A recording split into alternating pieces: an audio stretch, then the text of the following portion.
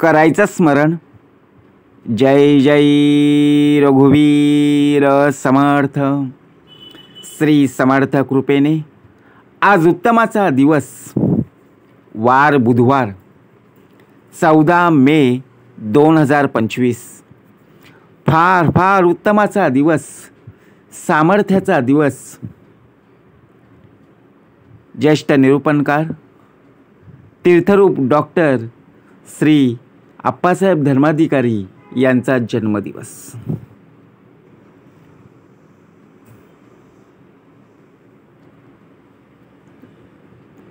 दत्तात्रय नारायण तथा आप्पासाहेब धर्माधिकारी यांचे वडील ज्येष्ठ निरूपणकार तीर्थरूप डॉक्टर श्री नानासाहेब धर्माधिकारी यांनी महाराष्ट्रात निरूपण व अनेक सेवाभावी उपक्रम हाती घेतले. गोरगरीब जनता अंधश्रद्धा आणि व्यसनाधीनता यामध्ये अडकलेली मनुष्य, त्यांना मार्गदर्शन वर्गाची आवश्यकता आहे. याचसाठी त्यांनी प्रबोधन सुरू केले.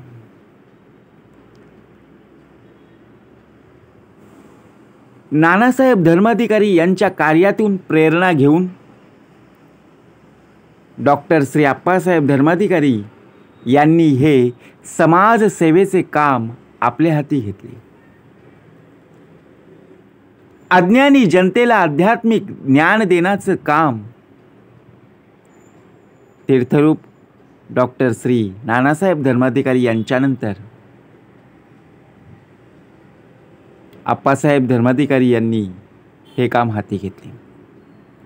आपल्या वडिलांनी सुरू केलेले कार्य डॉक्टर श्री आप्पासाहेब धर्माधिकारी यांनी पुढे चालू ठेवले आणि आप्पासाहेब धर्माधिकारी यांनी केलेल्या कार्याचा आढावा घेतल्यानंतर आपल्याला समजेल की त्यांना महाराष्ट्र भूषण पुरस्काराने गौरवण्यात आले.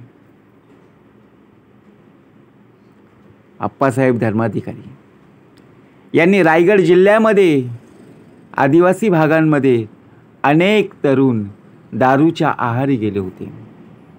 अशा तरुणांना आध्यात्मिक उन्नतीचा मार्ग दाखवला. आपल्या वडिलांनी जे समाजसेवेचे व्रत स्वीकारले होते, हे व्रत पुढे चालू राहावे याचसाठी आप्पासाहेब धर्माधिकारी यांनी नानासाहेब धर्माधिकारी प्रतिष्ठान स्थापन केले आणि या प्रतिष्ठानाच्या माध्यमातून विविध उपक्रम राबवले. अंधश्रद्धा निर्मूलन. आप्पासाहेब धर्माधिकारी यांनी सर्वात महत्त्वाचं कोणतं कार्य केलं असेल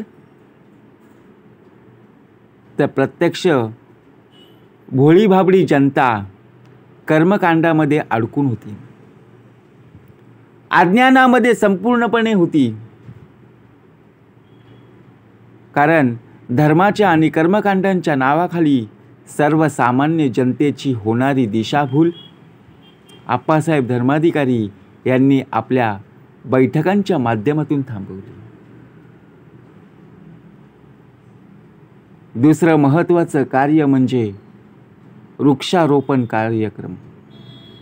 ज्याप्रमाणे आज पाहायला जर गेलो तर निसर्गाचं सर्व संतुलन ढासळलेलं आपल्याला पाहायला मिळतं. ते संतुलन जर आपल्याला नीट करायचं असेल तर मोठ्या प्रमाणात वृक्षारोपण करणं गरजेचं आहे.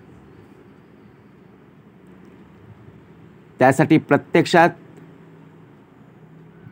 आपण जर पाहायला गेलो तर आपला या उपक्रमांना हातभार असणं गरजेचं आहे. पण प्रत्यक्षात तीर्थरूप डॉक्टर श्री नानासाहेब धर्माधिकारी प्रतिष्ठान दरवर्षी हे बघा विविध कार्यक्रम, त्याचप्रमाणे या प्रतिष्ठानाच्या माध्यमातून अनेक प्रकारे कार्यक्रम राबवले जातात. रोजगार मेळावे असतील, लोकांना रोजगाराच्या संधी कुठे आहेत याची बऱ्याचदा माहिती नसते. माहिती सहजगत्या उपलब्ध व्हावी यासाठी विविध रोजगार मेळावे आणि त्याचप्रमाणे या मेळाव्याच्या माध्यमातून अनेक तरुण तरुणी यांना रोजगाराच्या संधी उपलब्ध झाल्या पाहिजेत. चौथं महत्त्वाचं कार्य म्हणजे स्वच्छता मोहीम. अज्ञानमूलहरणम जन्म कर्म निवारणम ज्ञान वैराग्य सिद्धर्थे सद्गुरु पादोदकम पिबेत. अलीकडच्या काळात व्यक्तीच्या आरोग्याविषयीचे प्रश्न का निर्माण झालेले आहेत याचा जर आपण शोध घेतला ना, तर आपल्या आजूबाजूला पसरलेलं घाणीचं साम्राज्य, हे साम्राज्य घालवण्यासाठी अनेक यंत्रणा कमी पडत आहेत. त्यातून लोकांना आरोग्याच्या अनेक समस्या उद्भवत आहेत. यावर तोडगा काढण्यासाठी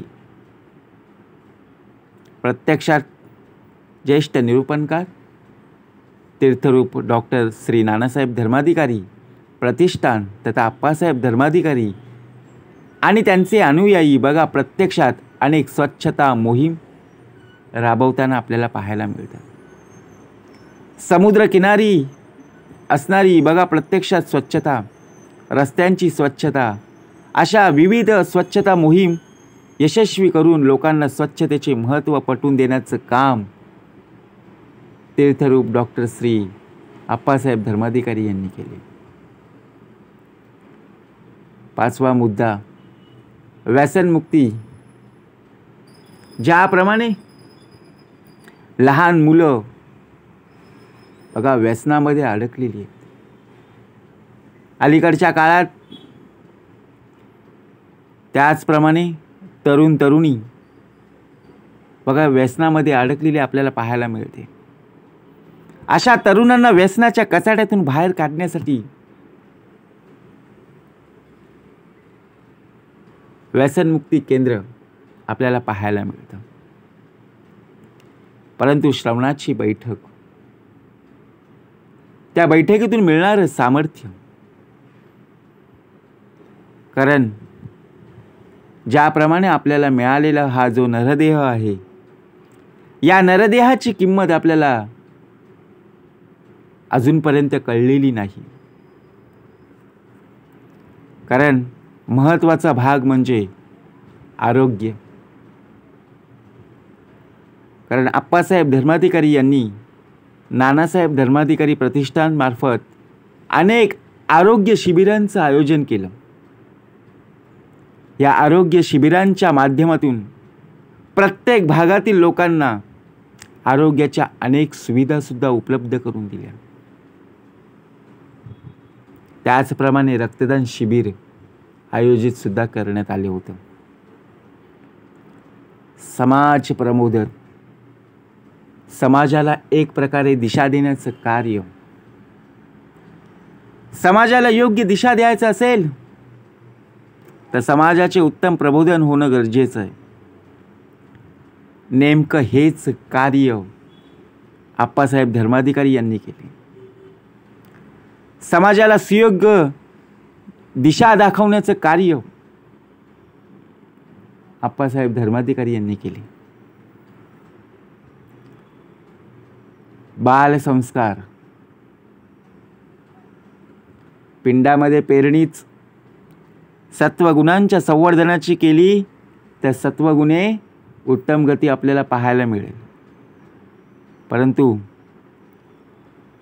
आपल्याला खूप मोठे बदल हवे असतील तर आपण बालपणापासूनच आपल्या मुलांवरती चांगले संस्कार केले पाहिजेत.